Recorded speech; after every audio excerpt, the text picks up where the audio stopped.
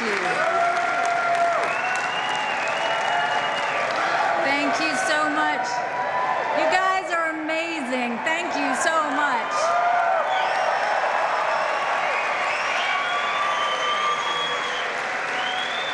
It's so good to see so many friends, and I'm honored to be able to say that when I come to APEC, I am with friends.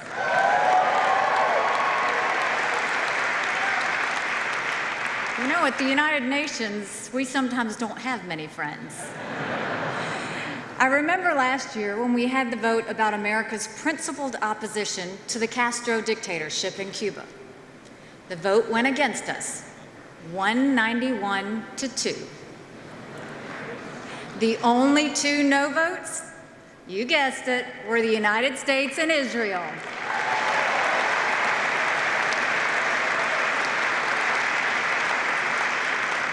But I always say, quality is more than quantity.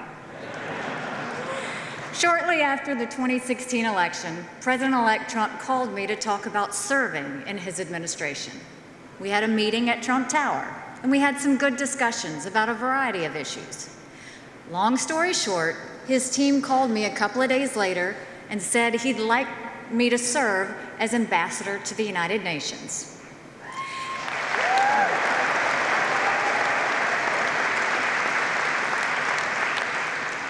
I said, I'm a governor. I don't know anything about the United Nations. We went back and forth on a few things, and the clincher was when I told the president, you know, I won't be a wallflower or a talking head. I have to be able to say what I think.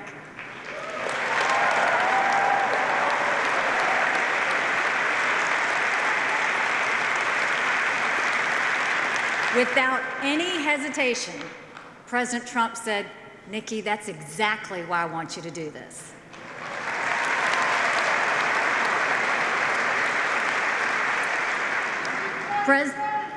President Trump has been true to his word, and I think I have too.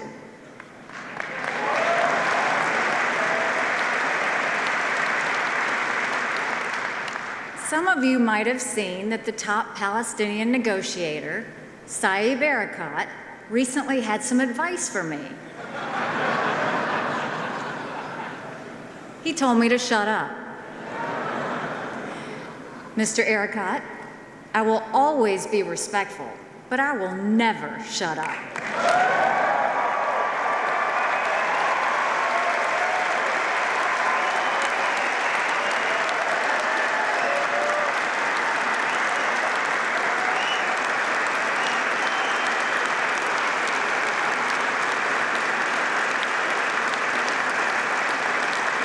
When I spoke here last year, I had only been on the job a couple of months.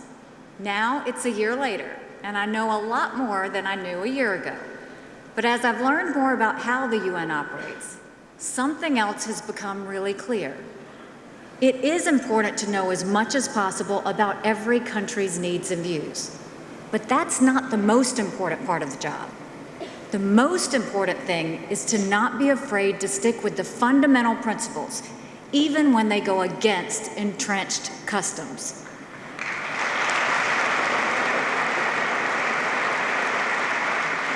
Some of those outdated customs have gone unquestioned for years. Long before I got to the UN, I knew a few things that have served me well in this last year. One of those principles is that standing up for your friends is critical.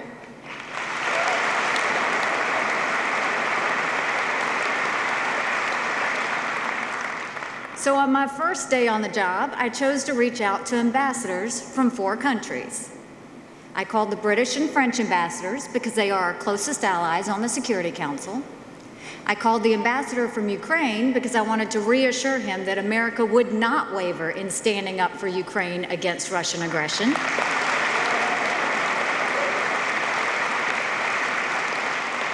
And my 4th call on that first day was to Danny Danon, the Israeli ambassador.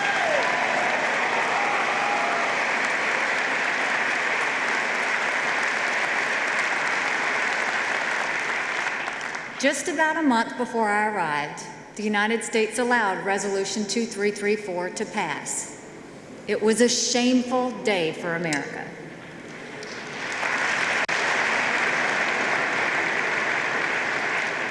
We refused to stand up for our friend when it was singled out for terrible mistreatment. On my first day, I assured the Israeli ambassador that on my watch, that would never happen again.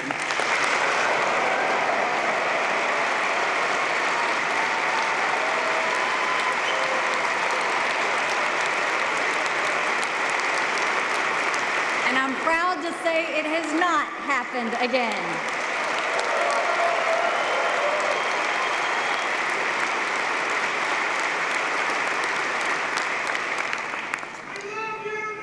I love you too. Standing up for your friends is very important in the United Nations. Another one of the principles I took with me into the job was that I have absolutely no patience for bullying. When I grew up, we were the only Indian family in a small southern town in South Carolina. On the whole, it was a great and friendly community. My parents and my brother and sister and I were always grateful for the support that surrounded us. But that didn't mean every day was great. My parents were immigrants. My father wore a turban. My mother wore a sari. There were times that we got bullied. When I was governor, I did something about it. I started an anti-bullying program. Every month I went to schools throughout the state to talk about bullying. For me, it was just so fundamental.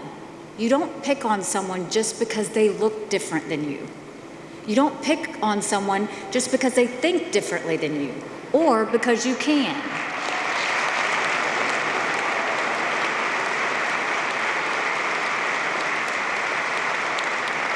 This idea has always been with me since I was a child, but I didn't think it'd come to play in the United Nations. It turns out bullying is a common practice in the United Nations. In the real world, Israel is a strong country with a vibrant economy and a first-class military. On the battlefield, Israel does not get bullied. The Iranians and Syrians can vouch for that.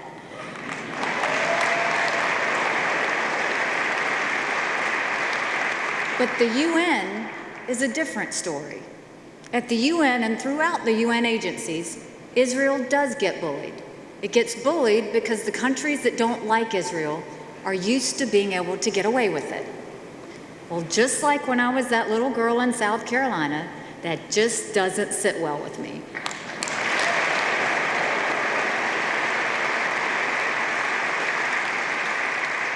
As many of you know, one of the UN agencies with the worst track record of Israel bias is UNESCO.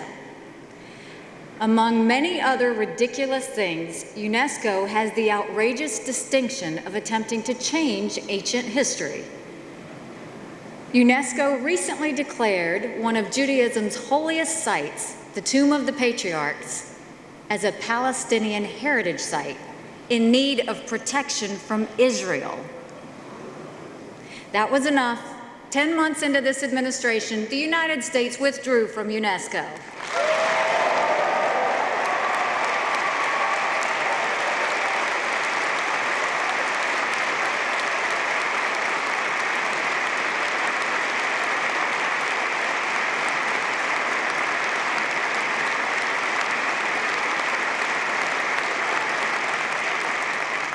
There are lots of other things that we do, big and small, week after week, to fight back against the UN's Israel bullying. Every month at the Security Council, we have a session devoted to the Middle East. And every month, this session becomes an Israel bashing session. This has gone on month after month for decades. This was news to me when I arrived. It was actually shocking. I came out of the first session and publicly said, if we want to talk about security in the Middle East, we should talk about Iran, or Syria, or Hezbollah, Hamas, ISIS, the famine in Yemen. There are probably 10 major problems facing the Middle East, and Israel doesn't have anything to do with any of them.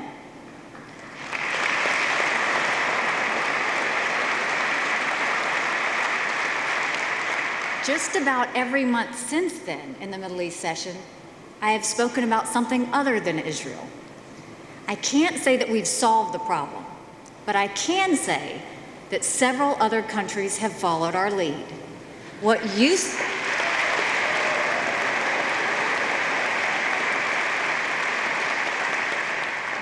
to be a monthly Israel bashing session now at least has more balance. But we're never going to put up with bullying.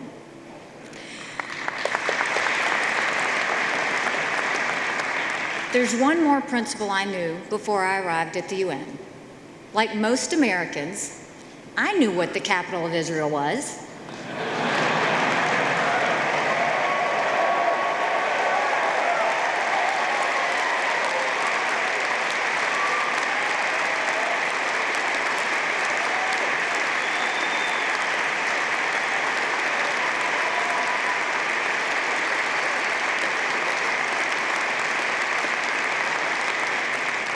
To be more clear, I knew that Jerusalem was, is, and will always be the capital of Israel.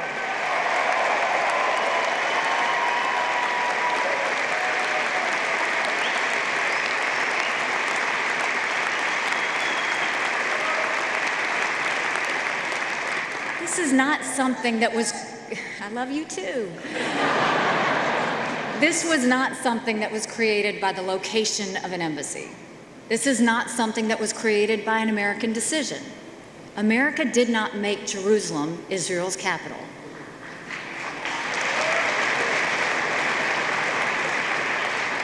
What President Trump did, to his great credit, was recognize a reality that American presidents had denied for too long.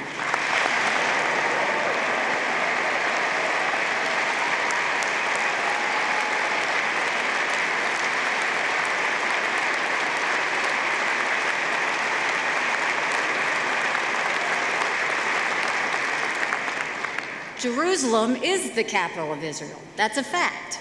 And President Trump had the courage to recognize that fact when others would not.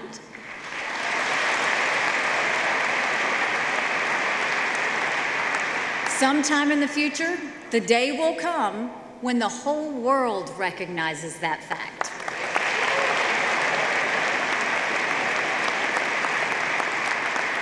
In the meantime, I hope to be there and join our great ambassador, David Friedman,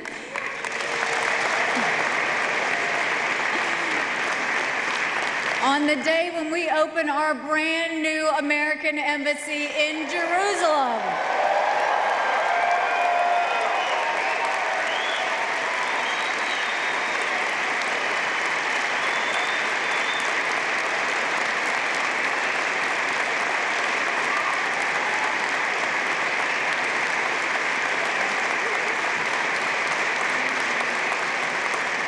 You know, our embassy decision caused a little bit of a stir at the United Nations.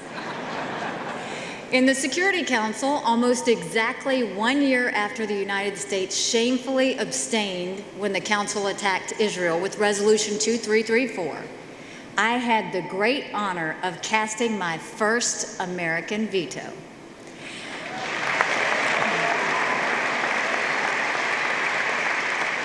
When I was governor, I used my veto power dozens of times. At the UN, I never got to do it until the Jerusalem vote. I gotta say, it felt pretty good.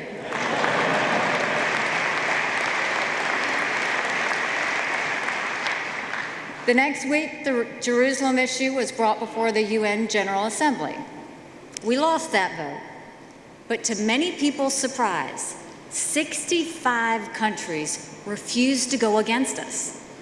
In the long history of UN's mistreatment of Israel, that's quite a record.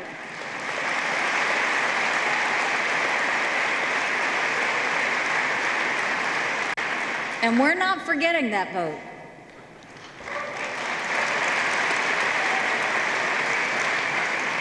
Like I said at that time, on that vote, we were taking names.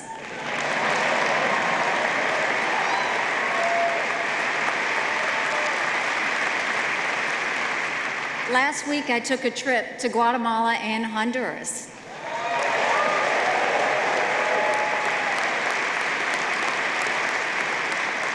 And I thank them both for voting with us.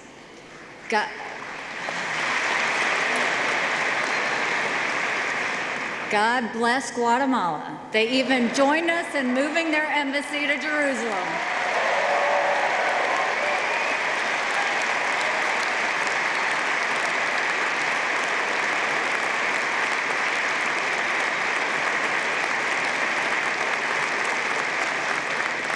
And President Trump and I are pushing to draw a closer connection between U.S. foreign aid and how countries vote at the UN.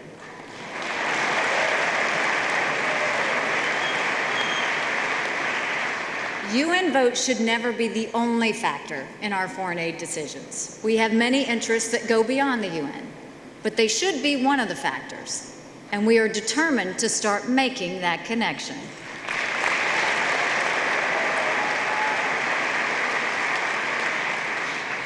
Some people accuse us of favoritism towards Israel. First of all, there's nothing wrong with showing favoritism toward an ally.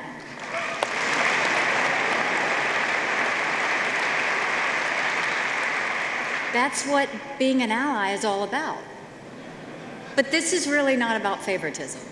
In all that we're doing, whether it's the embassy decision or UNESCO or what we're doing with UNRWA, don't even get me started on that one. Our approach on Israel is tied together by one major idea. The idea that runs through all of it is the simple concept that Israel must be treated like any other normal country.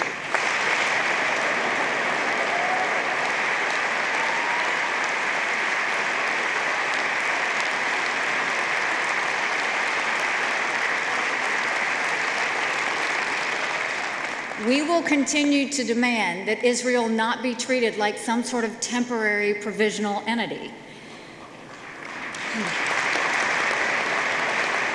It cannot be the case that only one country in the world doesn't get to choose its capital city. It cannot be the case that the UN Human Rights Council has a standing agenda item for only one country. It cannot be the case that only one set of refugees throughout the world is counted in a way that causes the number to grow forever.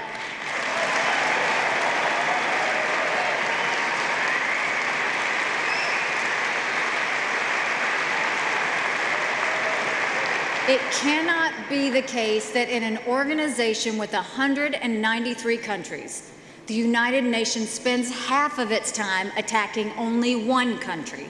We will not accept it any longer.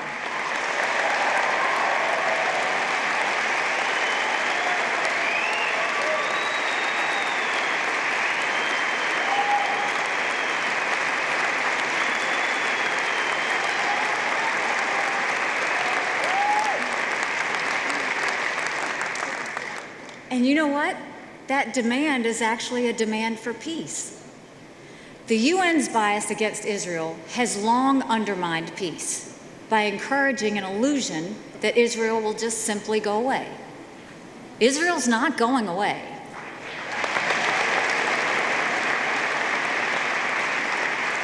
When the world recognizes that, then peace becomes possible.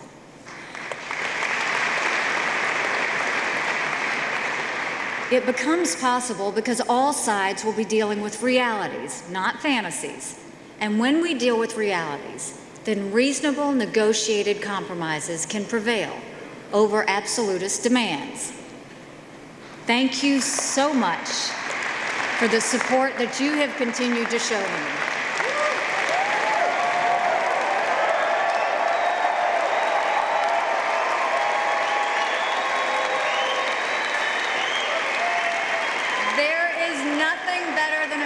Who use the power of their voices for good causes. That's what AIPAC's all about.